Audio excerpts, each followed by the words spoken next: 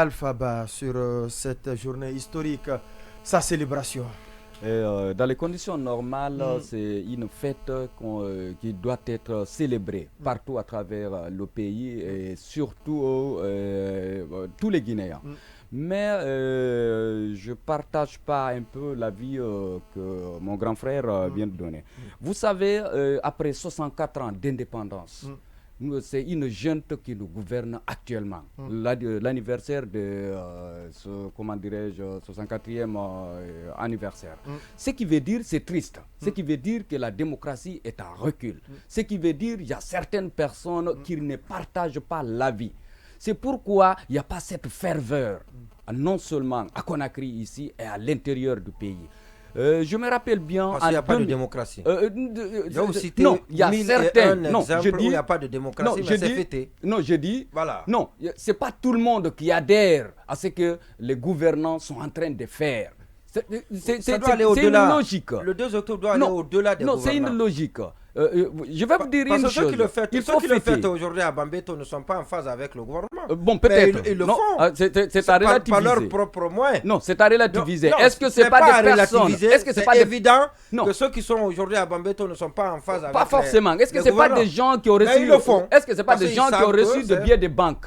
Est-ce que ce n'est pas des gens qui ont reçu des billets de banque? Ça, c'est un. Deuxièmement, voilà, déjà, c'est cela aussi. Si il est bien de fêter, c'est très important cette date symbolique. Mais on dit que ventre vide n'a point d'oreille.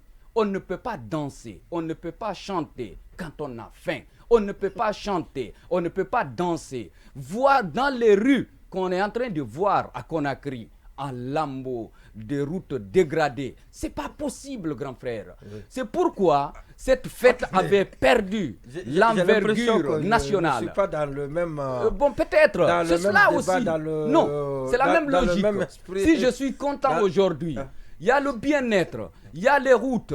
Forcément, nous pouvons être fiers de cette indépendance. Mais après 64 ans, on voit nos voiries. Pour aller à l'intérieur du pays, on n'en parle même pas. À Conakry, c'est autre chose. Nous sommes là, à quelques mètres du palais présidentiel. Pour arriver à Kaloum, vous connaissez ce qu'on traverse. Donc c'est pourquoi ça ne suit pas. C'est pourquoi il n'y a pas cette ferveur. C'est pourquoi les Guinéens n'arrivent pas toujours à fêter cette indépendance. Ce qui veut dire, 64 ans, je viens à peine de le dire, c'est une junte. Ce qui veut dire, on est en retard encore. D'accord. Oui, Boubacar Sansobari, par rapport à ce 64e anniversaire. D'abord sur le peu d'engouement que la fête a connu ces dernières années, je pense peut-être qu'on peut l'expliquer par deux choses. Premièrement, c'est naturellement une déliquescence de l'État. C'est l'État à un moment donné qui a fait le choix de négliger ça et de le réduire strictement à son volet protocolaire. Mais le dépôt de la gerbe des fleurs. Voilà. Mais l'autre chose, c'est le fossé qu'il y a eu entre l'État et les citoyens à un moment donné. C'est-à-dire... Allez-y, c'est votre point de vue. Mais vous le laissez évoluer. Je l'ai laissé, je n'ai rien dit. Non, quand vous dites non, c'est comme... la tête, je ne dois pas aussi être libre de mes mouvements dans le studio. Mais il faut qu'on sorte de la dictature de Pidon. Pourtant, quand vous parlez, il ne dit rien. Vous notez, si vous n'êtes pas d'accord. J'ai juste grimacé, j'ai juste trémoussé. Oui, mais ça lui a fait réagir là. Non, et d'ailleurs, il a fait au-delà du mouvement. Il a dit non. Oui, exactement, les gens l'ont entendu. Monsieur Sissi. Non, je veux dire qu'à un moment donné, il y a... Et ça, je pense que ce fossé n'est pas encore tout à fait comblé.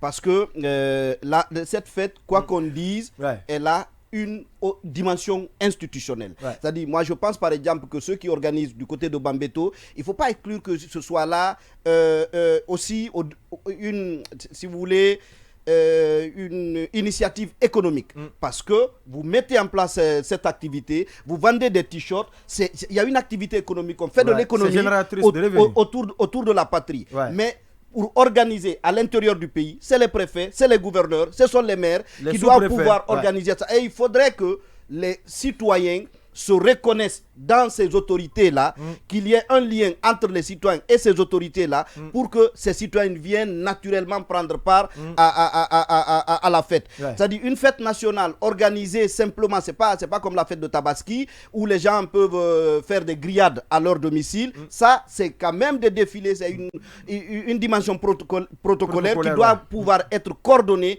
par l'État. S'il y a ce fossé-là, et ça, encore une fois, ce fossé a existé. Maintenant, je voudrais quand même dire un mot sur l'intervention de M. Madifine Diané tout à l'heure.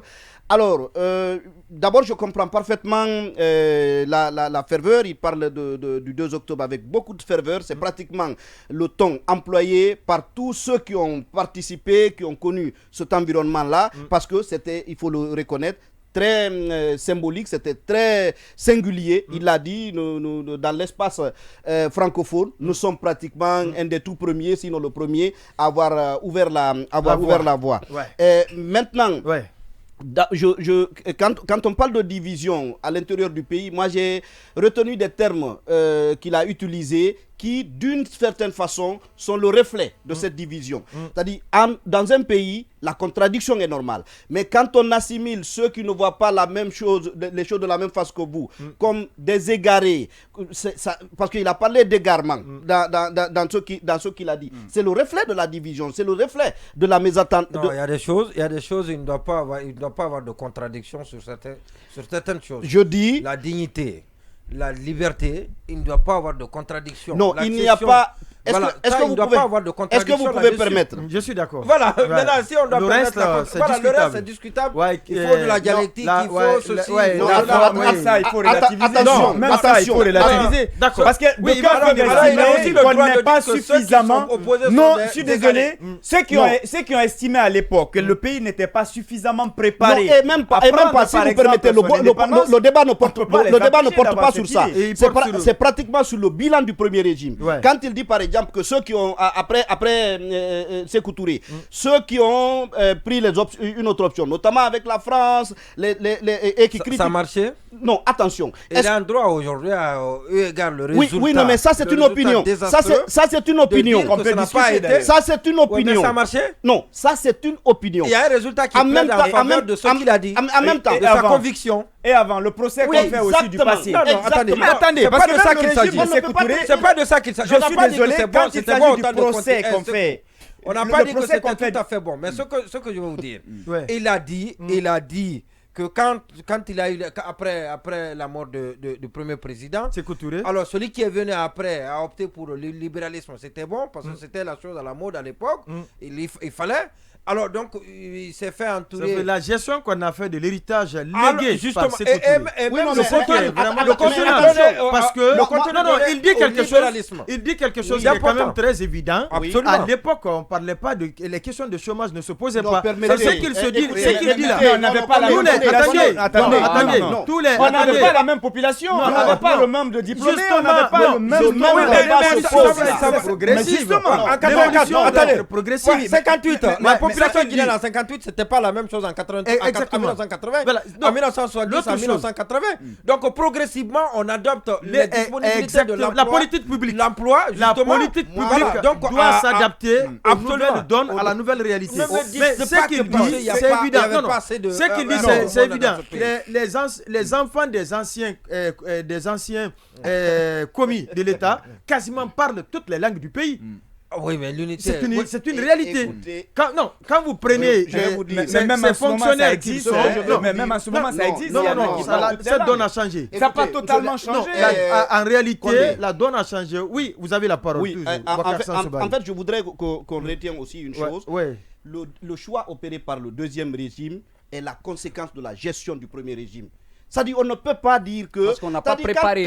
Quand il dit, par exemple, que non, le destin que s'était donné Sékou Touré et ses compagnons, c'était de faire obtenir l'indépendance à la Guinée. Mais honnêtement, si c'était ça, après 58, il léguait le pays à quelqu'un d'autre. Si vous avez géré pendant 26 ans, vous êtes comptable en partie du bilan. Vous ne pouvez pas... Non, même pas en partie, vous êtes comptable du bilan. Tout ne peut pas être rose entre 58 84. Non, attention. Il n'a pas dit non plus. Il part du principe que tout a commencé pratiquement à se gâter avec le choix 84. Opéré par ceux qui ont succédé. Après 84, justement.